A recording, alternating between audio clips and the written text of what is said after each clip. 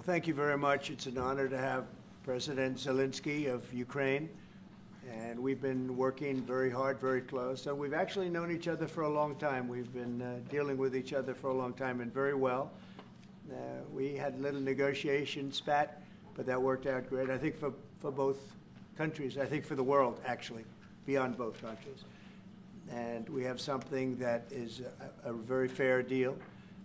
And we look forward to getting in and digging and working and getting some of the rare earth.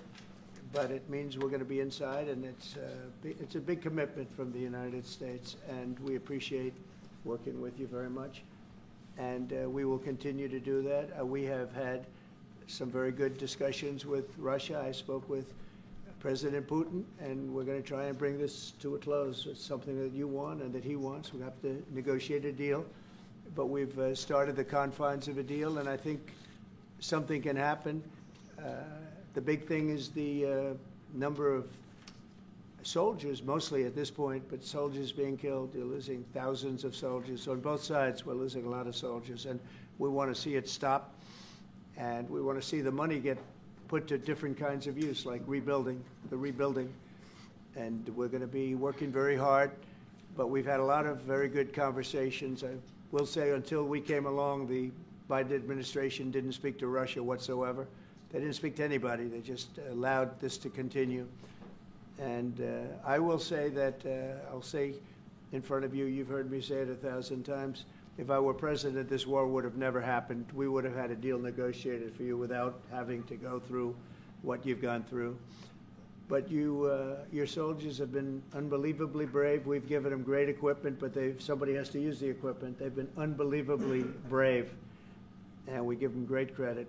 This was supposed to be over very quickly, and here we are 3 years later. So I give tremendous credit to your generals and your soldiers and yourself in the sense that it's been very hard fighting, very tough fighting. They're great fighters. And you have to be very proud of them from that standpoint. But now we want to get it over with. It's enough, right? We want to get it over with. So it's an honor to have you here. Thank you very much for coming. We're going to sign the agreement at the conference in the East Room in a little while, right after lunch. And we'll be having lunch together. We're also discussing some other things. And we appreciate everybody being here. It's somewhat of an exciting moment, but the really exciting moment is when they stop the shooting and we end up with a deal. And I think we're fairly close to getting that, and an honor to have you. And please, I'd like to say something. Yeah, thank you so much, Mr. President. Thank you for invitation. And really, I hope that this first document, will be first step to real security guarantees for Ukraine, our people, our children. I really count on it. And of course, we count that America will not stop support. Really, for us, it's very important to support and to continue it. I want to discuss it with details further during our conversation, and of course, the infrastructure or security guarantees. Because for today, I understand what Europe is ready to do, and of course, I want to discuss with you what United States will be ready to do. And I really count on your strong position to stop Putin. And you said that enough with the war. I think that is very important, Ben, to say these words to Putin at the very beginning of war, because he is a killer and terrorist. But I hope that together we can stop him.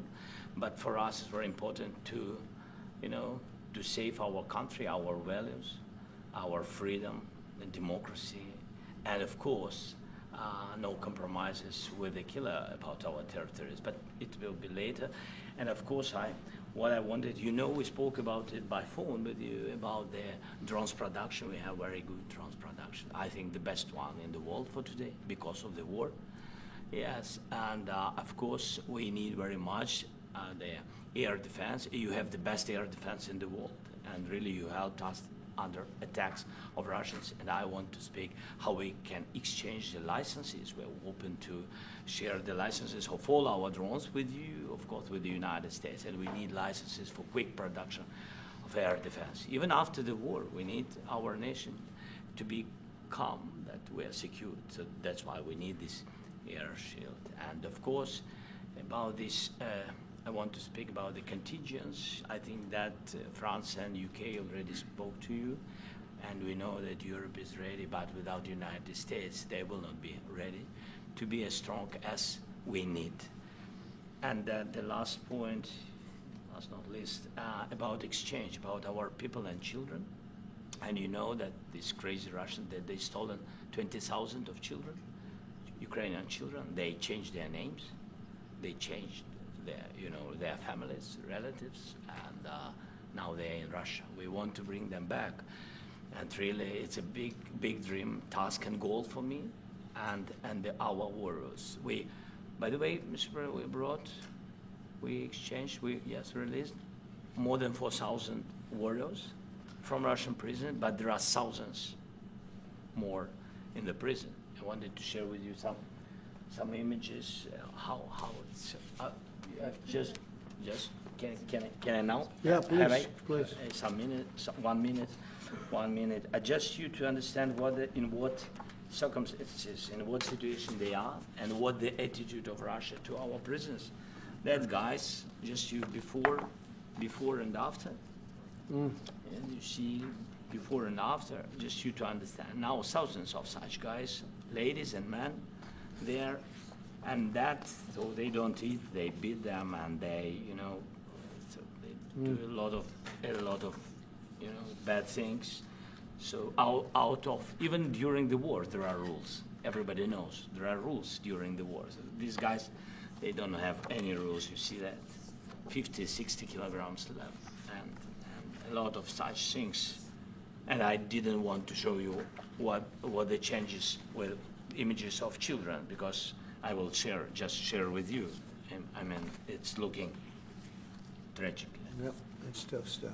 Yeah, I wanted very much to give you, and you see it. Yeah. This is pastor, by the way. They stolen pastors, because it's not Russian church. They stolen pastors and moved pastors to the prison. At the end of last year, we brought 3 pastors, and we could exchange them. And this is pastor, you see. Yeah, that's tough. Yeah, so I mean, this I wanted to show you, and this. So thank you very much. We want to get that ended, right? Yeah, of course. We And will. I think we will. And We have to, of course. do you have any questions, please? When you continue to ask you about the Go ahead, please. Thank you, Mr. President. With the, how much money is the U.S. going to put into the fund that is being created today, and how does this provide long-term security for Ukraine? Well, we don't know exactly how much, because we're going to be putting some money in a fund that we're going to get from the raw earth that we're going to be taking and sharing in terms of revenue. So it's going to be a lot of money will be made from the sale and from the use of raw earth. And as you know, our country doesn't have much raw earth. We have a lot of oil and gas, but we don't have a lot of the raw earth. And what we do have is protected by the environmentalists, but that can be unprotected, but still it's not very much. They have among the best in the world in terms of raw earth. So we're going to be using that, using it for all of the things we do, including AI and including weapons and the military, and it's really going to very much satisfy our needs. So it's something that just worked out really well. We have a lot of oil and we have a lot of gas, but we don't have raw earth. So this has just about every component of the raw earth that we need for computers, for all of the things we do. This puts us in great shape. And long-term security for Ukraine. How does this provide? I think they're going to have great luck. I think once we make the agreement, that's going to be 95% of it. They're not going to go back to fighting. I've spoken with President Putin, and I feel very strong. I've known him for a long time, and I feel very strongly that they're very serious about it. And we'll make a deal. And when the deal is made, I don't think we talk about security. Everyone's talking about the other day. All they talked about was security. I said, let me make the deal first. I have to make the deal first. I don't worry about security right now. We have to have a deal, because right now, last week, 2,000 soldiers died on both sides. 2,000, and they're losing 1,000, 2,000, 3,000 a week. So as we sit here and we talk, people are getting shot and dying on the battlefield. And, they're not American soldiers, but they're Russian soldiers and they're Ukrainian soldiers, and we want to be able to stop it. And we want to be able also to spend money on other things. We don't want to, this is a tremendous amount of money. And what the Biden administration did was terrible. They were giving money, but he had no security on the money. Europe, as you know, gave much less money, but they had security. It was in the form of a loan. They get their money back, and we didn't. And now, at least we're protected because the American taxpayer has to be protected too. But this is an incredible agreement for Ukraine because we have a big investment in their country now. And what they have, very few people have. And we're able to really go forward with very, very high-tech things and many other things, including weaponry that we're going to use in many locations, but that we need for our country. This allows us to do that. Will you continue? I'm sorry. Can I? Military aid. Yes, go ahead, please. If Yeah. I can just yes. In the document, there is one of the very important points. If we speak about business and investment, we never had LNG terminals in Ukraine. This document will open. I mean, the next documents, but anyway, here we see in the framework, we see a really goodwill for this. LNG terminals for us is very important, and I think for security of European continent. We have the biggest storage, gas storage. We have the biggest in Europe. Yes, and we can use it. Use it for LNG. Use it for LNG, and we will do it. And really, we can help Europe because Europe really helped. President Trump said that they made less support, but they are our friends, and they are our very supportive partners. They really gave a lot, Mr. President. They did. Really, they did. They gave a lot, but they gave much less. No. Much less. No. No. Don't argue with it. No. Okay. Okay.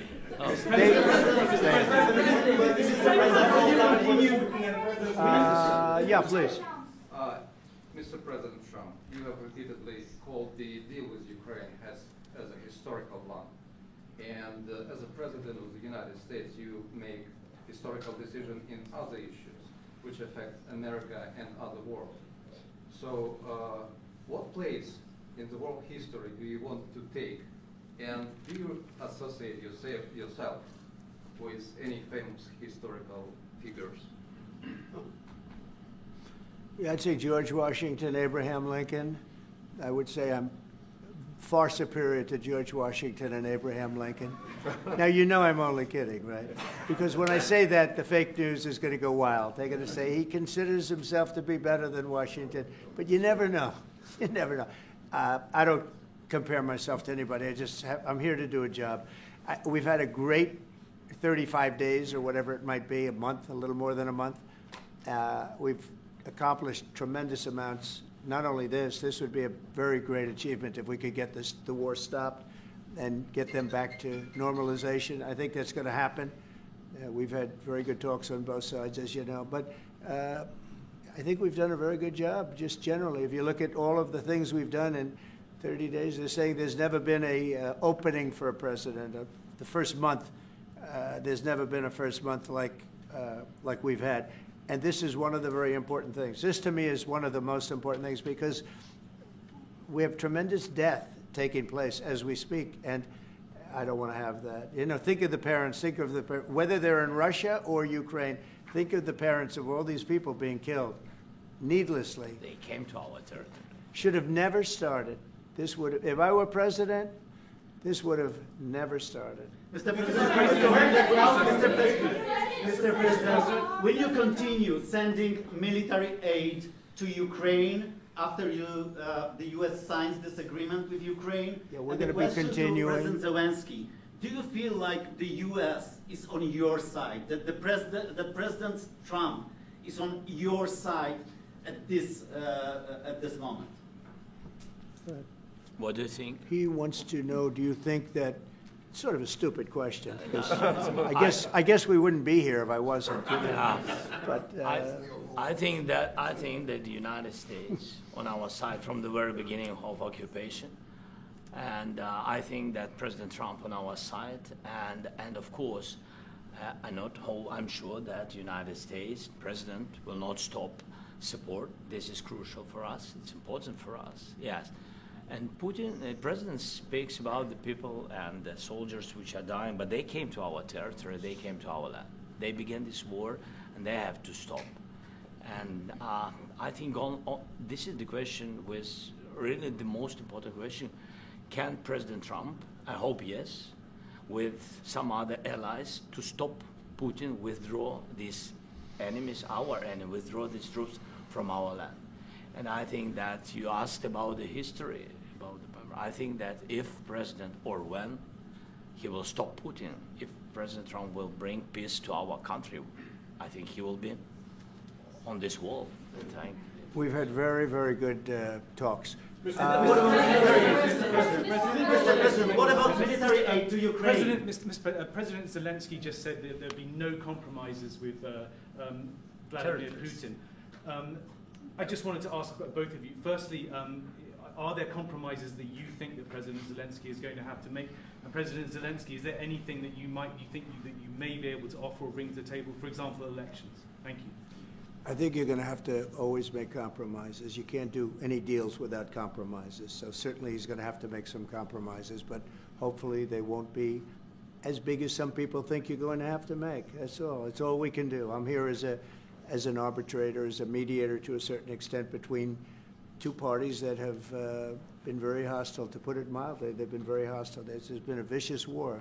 There's been a vicious war. You know, it's a very level battlefield, and those bullets go out, and as I've said many times, we were talking about it with Pete, many times the only thing stopping those bullets is a human body. And in the case we're talking about, generally young human bodies are stopping a lot of bullets. It's dead level. That's why it's great farmland. It's great land. It's great farmland, but there's very little protection against the bullets that are being, and other things that are being shot. So all I can do is see if I can get everybody at the table and get an agreement. And I think we're going to end up with an agreement. Otherwise, I wouldn't probably be even here today. Mr.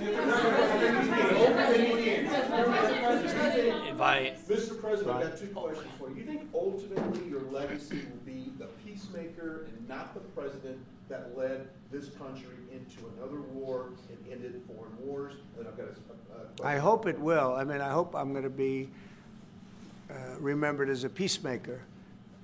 This would be a great thing if we could do this. I'm doing this to save lives more than anything else. Second is to save a lot of money, but I consider that to be far less important. So I hope I'm going to, thank you, Brian, for that question. It was a nice question. I hope I'll be known and recognized as a peacemaker. This would be a great thing to solve. This is a very dangerous situation. You know, this could lead to a third world war. This was headed in the wrong direction. If this election were lost, if we didn't win this election, and by the way, we won it by a lot. That was a mandate. We won every swing state. We won the popular vote by millions and millions of votes. We won everything. The districts, you look at the areas of red, take a look at a map. This was a big mandate, and this was one of the things. I said, we're going to get this thing settled. If we didn't win, I think this could have very well ended up in a third world war, and that would not have been a good situation. What was your second question? My second question for President Zelensky. No. Why don't you wear a suit? Why? Why don't you wear a suit? You're the highest level in this country's office, and you refuse to wear a suit. Just want to see, do you own a suit? Yeah, you have problems. A lot of Americans have problems with you not Really? respecting I don't have the such. office. I will wear a costume after this war will finish. Okay. Yes, maybe one, Maybe something like this. yours. Yes, That'd be great. maybe something better. I don't know. We will see. Maybe something cheaper than yeah. Thank you. Thank you. Thank you. Thank you, President Trump. You said yesterday. Mr. President, are you going to send more arms to Ukraine in case there's no peace? Yeah, we're going to have arms to Ukraine, yeah, sure. Hopefully I won't have to send very much, because hopefully we're going to have it finished. We're looking forward to finishing this quickly. We're not looking forward to sending a lot of arms. We're looking forward to getting the war finished so we can do other things.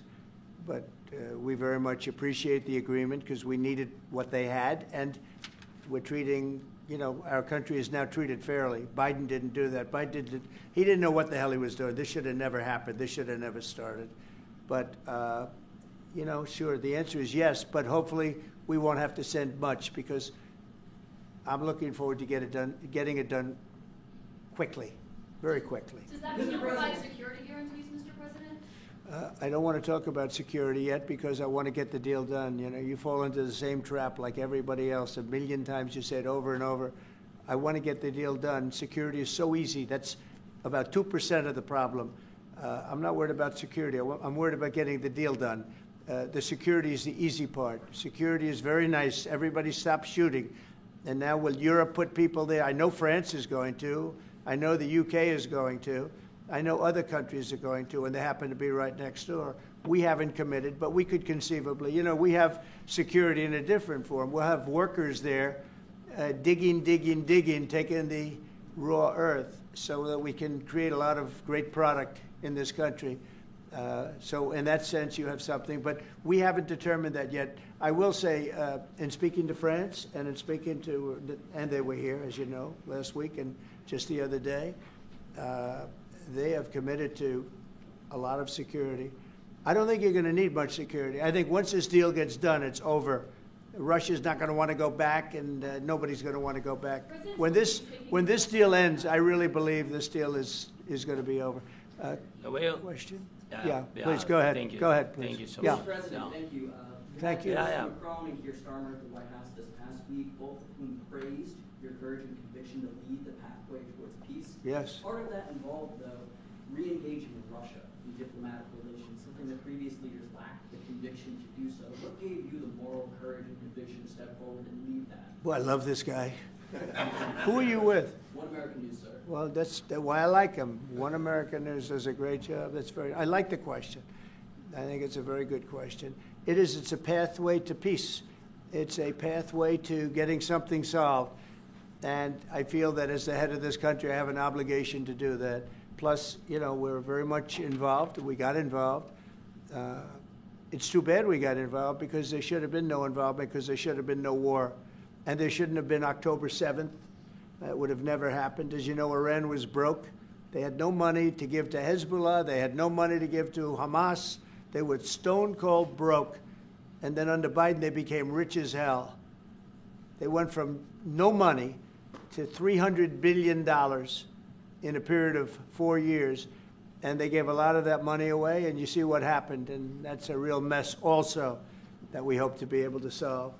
But no, I appreciate your question very much. It's just, I feel I have an obligation to try and do something to stop the death.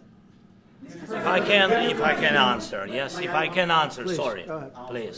please. And I do like your clothing, by the way. Yeah, really? Even though I think he's a great guy, by the way. But I don't know if you two like each other, but you know what? I think he's dressed beautifully. I like this guy. I don't know I think him. he's dressed beautifully. So I have more serious things than answer on such Yes, questions. that's a I will good- answer on more serious That's a good questions if statement. I can. Yes. Yeah, so please, about security guarantees and about just ceasefire. We can't just speak about ceasefire and speak. It will not work. Just ceasefire will never work, because I'm like a president. I have this experience, and not only me. Ukraine before my presidency, from the 2014, Putin broken 25 times.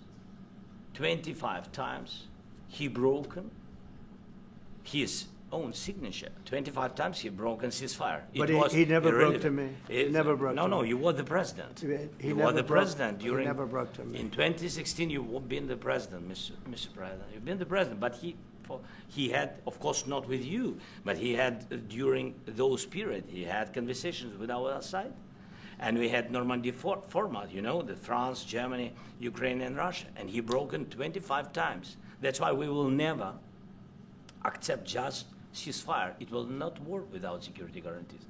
Security guarantees, maybe President is right about this document and other, but this document is not enough. Strong army is enough, because his soldiers afraid, Putin's soldiers afraid of our soldiers when we're strong enough. If we are not strong enough, if we are empty, if our storage is empty, we can't defend our land. Today, you know, he knows that we have, all the world knows that we have meeting, yes? Why he's using ballistic? Putin today using ballistic on our hospitals, schools, and etc. Ballistic. So he knows that we are here and that President Trump is really have goodwill to stop this war. And you hear now the president. So why he's using? So he doesn't want to stop. He doesn't want. But I hope that we will do it. Really, we'll do it. Security. When we speak about security guarantees, when the Europeans are ready for contingents, they need USA backstop.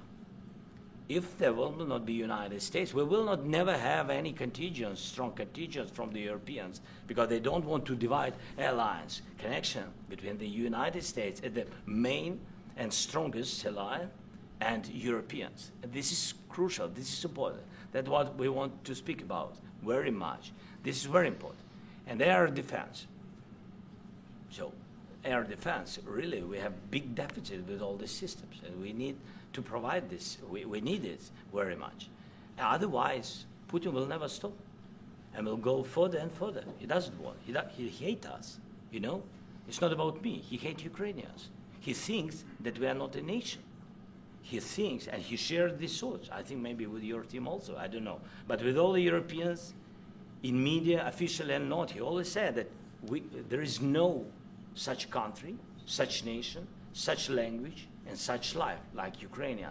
No, he really doesn't respect all the Ukrainians, and he wants to destroy us. And you are right, Mr. President, that's 2%. This document, maybe other documents, it's a very good start, very good, but it will not enough to stop this person. Mr. President, may I have one more question, please? Yeah, go ahead. I asked President They have to Zelenszkij pay. this question. This is the rule. This is the rule of the war. This is the rule of the war. During all the centuries, all the history, this is the rule of the war. Who began, those pay. This is the rule. Putin began this war. He has to pay all money for innovation. He has to pay. Of course, some Russian assets, what we have in Europe, about 300 billion, we can use them. We can use for innovation and buy military support from the United States also. We can do it, but it's not enough.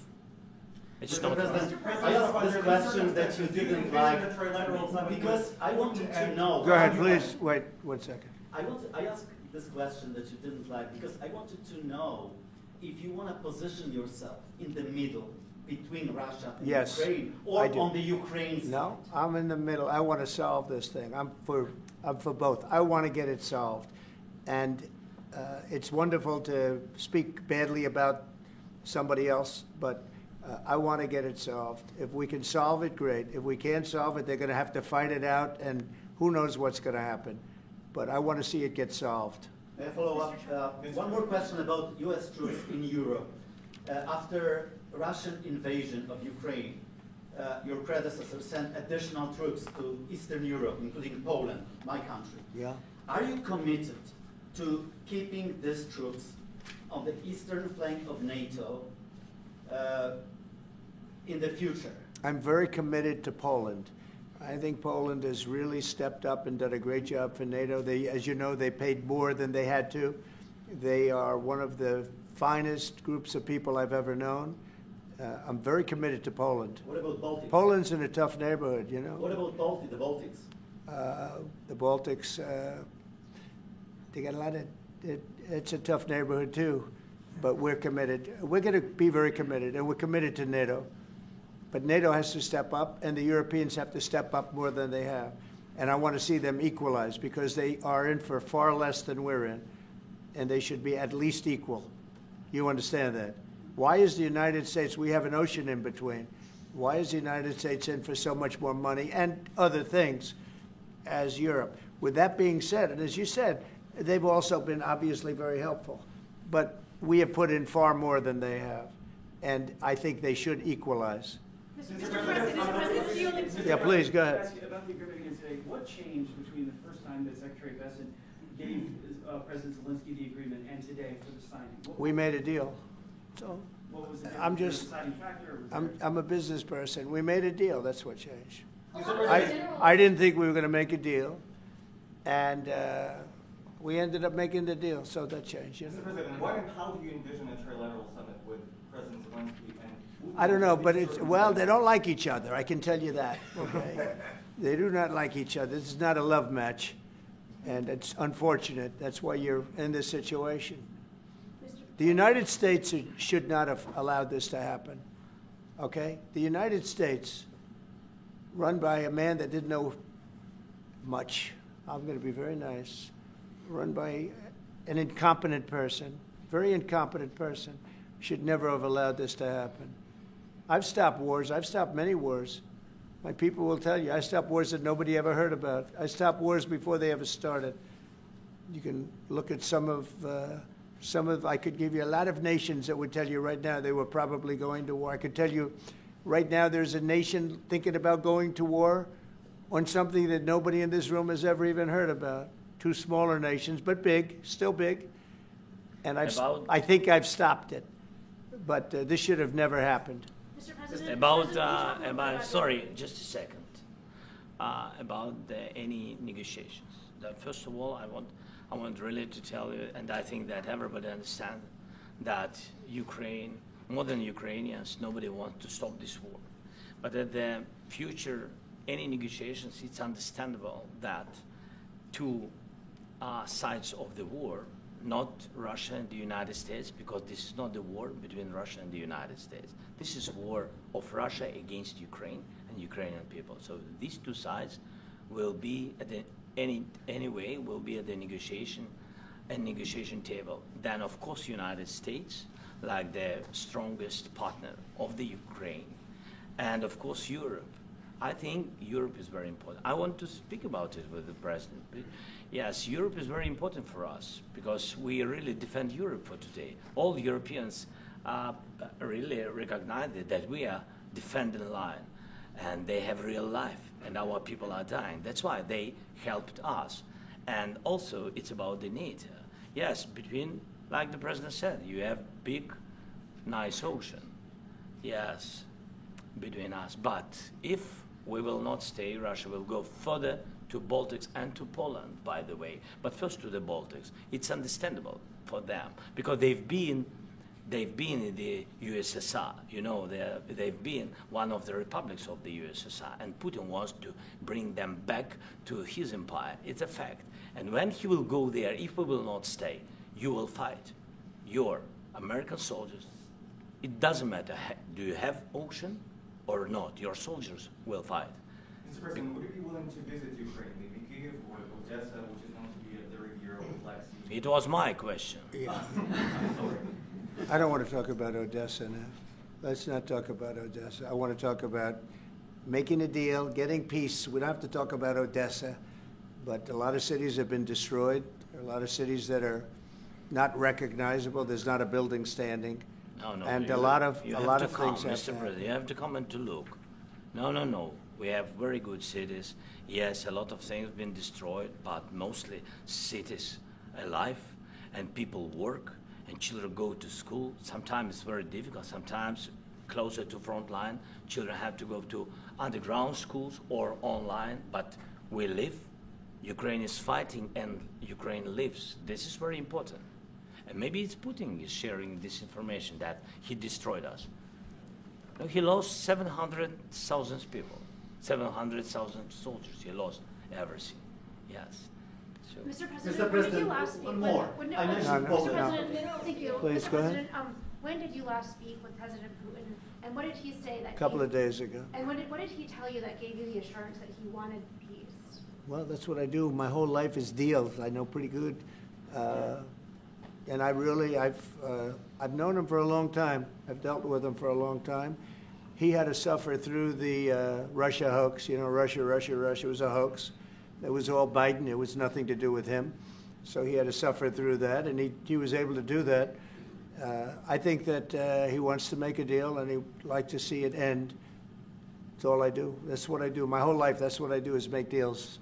And I'm in the middle of a mess because this is a real mess.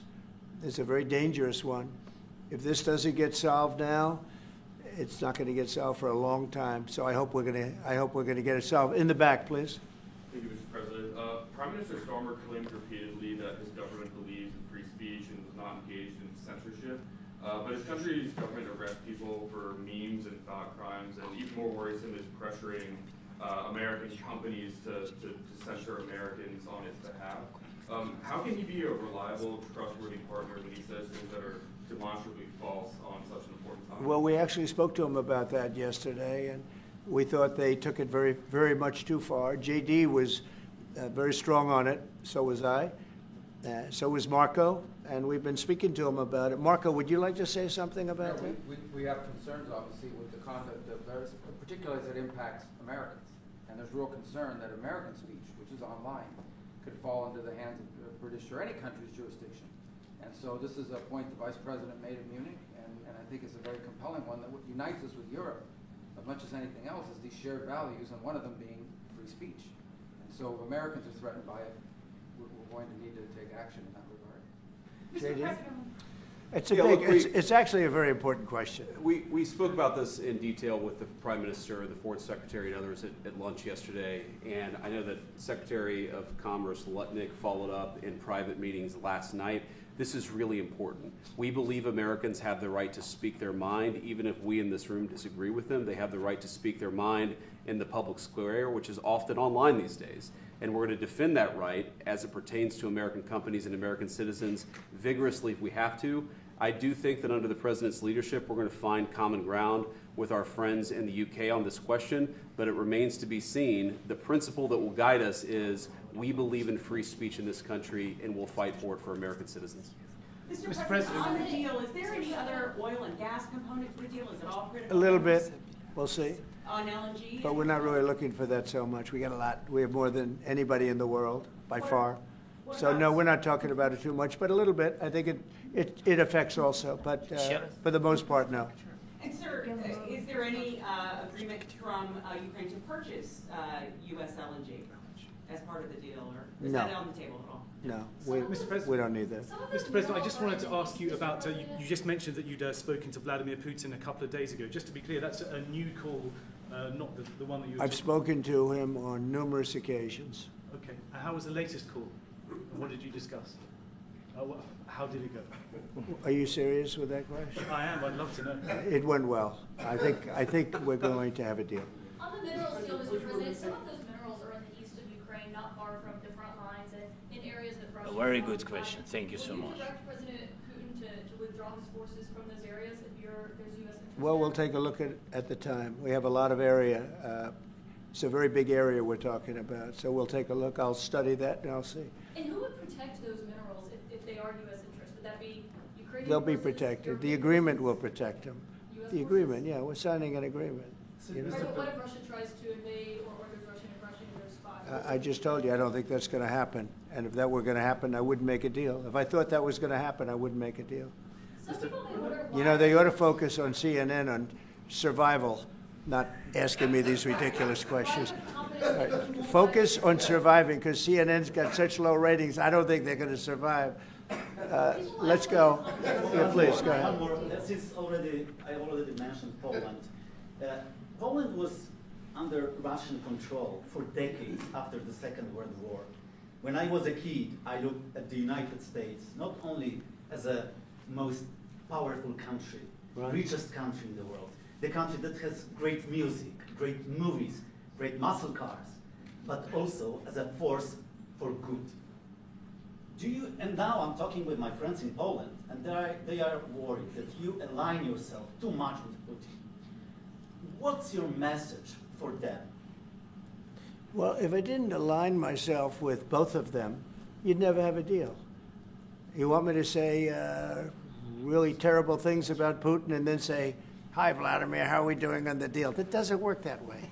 I'm not aligned with Putin. I'm not aligned with anybody. I'm aligned with the United States of America. And for the good of the world, I'm aligned with the world. And I want to get this thing over with. You see the hatred he's got for Putin. It's very tough for me to make a deal with that kind of hate. He's got tremendous hatred. And I understand that, but I can tell you the other side isn't exactly in love with, you know, him either. So it's not a question of alignment. I'm aligned with the world. I want to get the thing set. I'm aligned with Europe. I want to see if we can get this thing done. You want me to be tough? I could be tougher than any human being you've ever seen. I'd be so tough. but you're never going to get a deal that way. So that's the way it goes. All right, one more question. Yeah, please. Hey, I want to respond to this. So look, for 4 years in the United States of America, we had a president who stood up at press conferences and talked tough about Vladimir Putin, and then Putin invaded Ukraine and destroyed a significant chunk of the country. The path to peace and the path to prosperity is maybe engaging in diplomacy. We tried the pathway of Joe Biden, of thumping our chest and pretending that the President of the United States' words mattered more than the President of the United States' actions. What makes America a good country is America engaging in diplomacy. That's what President Trump is doing. Can I ask you? Sure. Yeah? Yeah. Okay. So he occupied our parts, big parts of Ukraine, part of East and Crimea. So he occupied it on 2014. So during a lot of years, so I'm not speaking about just Biden, but those time was Obama, then President Obama, then President Trump, then President Biden, now the President Trump, and God bless, now President Trump will stop him. But during 2014, nobody stopped him. He just occupied and took. He killed people. You know what the contact line? 2015. 2014. 2014 is Well, 2014. Yeah. So I was, he killed, I was not here. Yeah, but That's exactly but, right. Yes, but during 2014 till 2022, yeah, the situation the same. The people are been dying on the contact line. Nobody stopped him. You know that we had conversations with him, a lot of conversation, my bilateral conversation, and we signed with him. Me, like a new president. In 2019, I signed with him the deal. I signed with him, Macron and Merkel, we signed ceasefire. Ceasefire, all of them told me that he will never go. We signed him with gas contract. Yes, but after that, he broken this ceasefire. He killed our people and he didn't exchange prisoners. We signed the exchange of prisoners, but he didn't do it. What kind of diplomacy, JD, you are speaking about? What do you mean? I'm talking about the kind of diplomacy that's going to end the destruction of your country. Yes, but if you are Mr. not President, strong... Mr. President, with respect, I think it's disrespectful for you to come into the Oval Office and try to litigate this in front of the American media. Right now, you guys are going around and forcing conscripts to the front lines because you have manpower problems. You should be thanking the President for trying to bring an end to this conflict. Have you ever been to Ukraine that you say what problems we have? I have been to. Come once. I've actually watched and seen the stories, and I know what happens is you bring people, you bring them on a propaganda tour, Mr. President. Do you disagree that you've had problems bringing people into your military? We have problems. And do you think that it's respectful to come to the Oval Office of the United States of America and attack the administration that is trying to prevent the destruction of your country? A lot of questions. Let's start from the beginning. Sure. First of all, during the war, everybody has problems, even you, but you have nice ocean and don't feel now, but you will feel it in the future. God bless. You don't know that. God bless. You don't God know bless. that. You will not have a war. Don't tell us what we're going to feel. We're trying to solve a problem. Don't tell us what we're going to feel. I'm not telling you. Because I'm you're in no answering on position this to question. dictate that. That's Remember exactly this. what I'm not You're dictating. in no position to dictate what we're going to feel. We're going to feel very good. You will feel influenced. We're going to feel very good and very You strong. will feel influence. You're right now not in a very good position. You've allowed yourself to be in a very bad position, and he happens to be right about it. From the very beginning of the war. You're not in a good position. You don't have the cards right now. With us, you start having I'm not cards. playing cards. But right now, you don't. I'm Yeah, very you're playing serious, cards. Mr. President. You're I'm playing very cards. serious. You're I'm gambling the with the president lives in of war. millions of people. You think You're you- gambling with World War III. What do you You're think about? gambling with What do you World think War about? III. And You- what you're doing is very disrespectful to the country, this country. That's with back all to you. respect to your Far country. more than a lot of people said very they respect. should have. Have you said thank you once? A lot of times. No, in this Even entire meeting, today. have you said thank you? Even today. You went to Pennsylvania and campaigned for the opposition in October. Offer some words of appreciation for the United States what of are you speaking America about? and the president who's trying to save your country. Please, you think that if you will speak very loudly about the war, you He's can... not speaking loudly. He's not Yeah. speaking loudly. Your country is Can I- in big can- trouble. can I Wait a answer? minute. No. Can You've I done a lot answer? of talking. Your country is in big trouble. I know. You're not I winning. know. You're not winning this. you have a damn good chance of coming out okay because of us. Mr. President, we are staying in our country, staying strong from the very beginning of the war. We've been alone, and we are thankful. I said thanks you haven't in been this alone. cabinet, You and haven't not been only alone. in this cabinet. We gave you, through I this said stupid president, $350 billion. You voted we gave for you your military president. equipment, You and you voted men for are your brave, president. but they had to use our military. What about if you didn't have You our invited military me- equipment, you invited if me you to didn't speak. have our military equipment, this war would have been over in 2 weeks. In 3 okay? days, I heard it from Putin. In 3 days, this is something Maybe new. less. In 2 weeks, of course, yes. It's going to be a very hard thing to do business like this, I tell you. Just say thank you. I said a lot of times thank you to American people. Accept that there are disagreements, and let's go litigate those disagreements rather than trying to fight it out in the American media when you're wrong.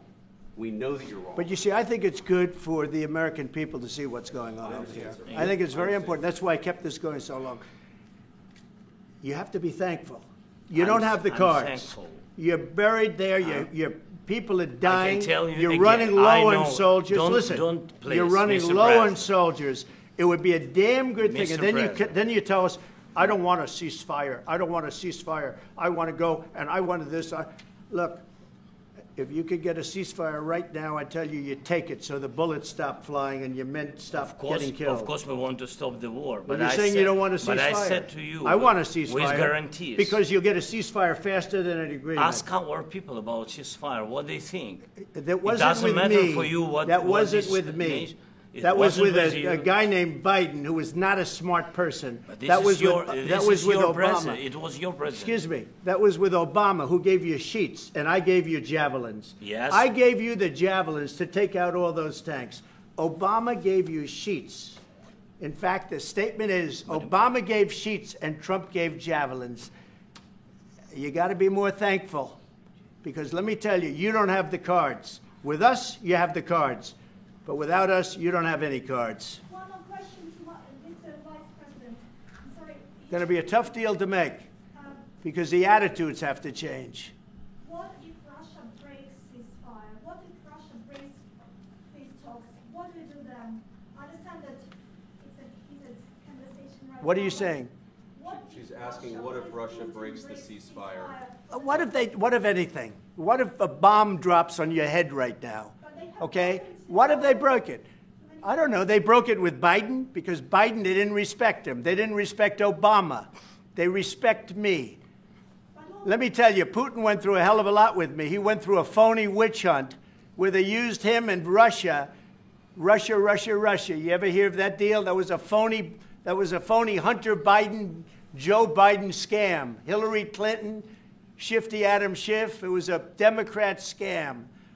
And he had to go through that. And he did go through it. We didn't end up in a war. And he went through it. He was accused of all that stuff. He had nothing to do with it. It came out of Hunter Biden's bathroom. It came out of Hunter Biden's bedroom. It was disgusting. And then they said, oh, the laptop from hell was made by Russia. The 51 agents. The whole thing was a scam. And he had to put up with that. He was being accused of all that stuff. All I can say is this. He might have broken deals with Obama and Bush, and he might have broken them with Biden. He did, maybe. Maybe he didn't. I don't know what happened. But he didn't break them with me. He wants to make a deal. I don't know if you can make a deal. The problem is I've empowered you to be a tough guy. And I don't think you'd be a tough guy without the United States. And your people are very brave. But you're either going to make a deal or we're out. And if we're out, you'll fight it out. I don't think it's going to be pretty, but you'll fight it out. But you don't have the cards. But once we sign that deal, you're in a much better position. But you're not acting at all thankful. And that's not a nice thing. I'll be honest, that's not a nice thing. All right, I think we've seen enough. What do you think? Huh? This is going to be great television, I will say that. All right. We'll see what we can do about putting it together. Thank you. Thanks.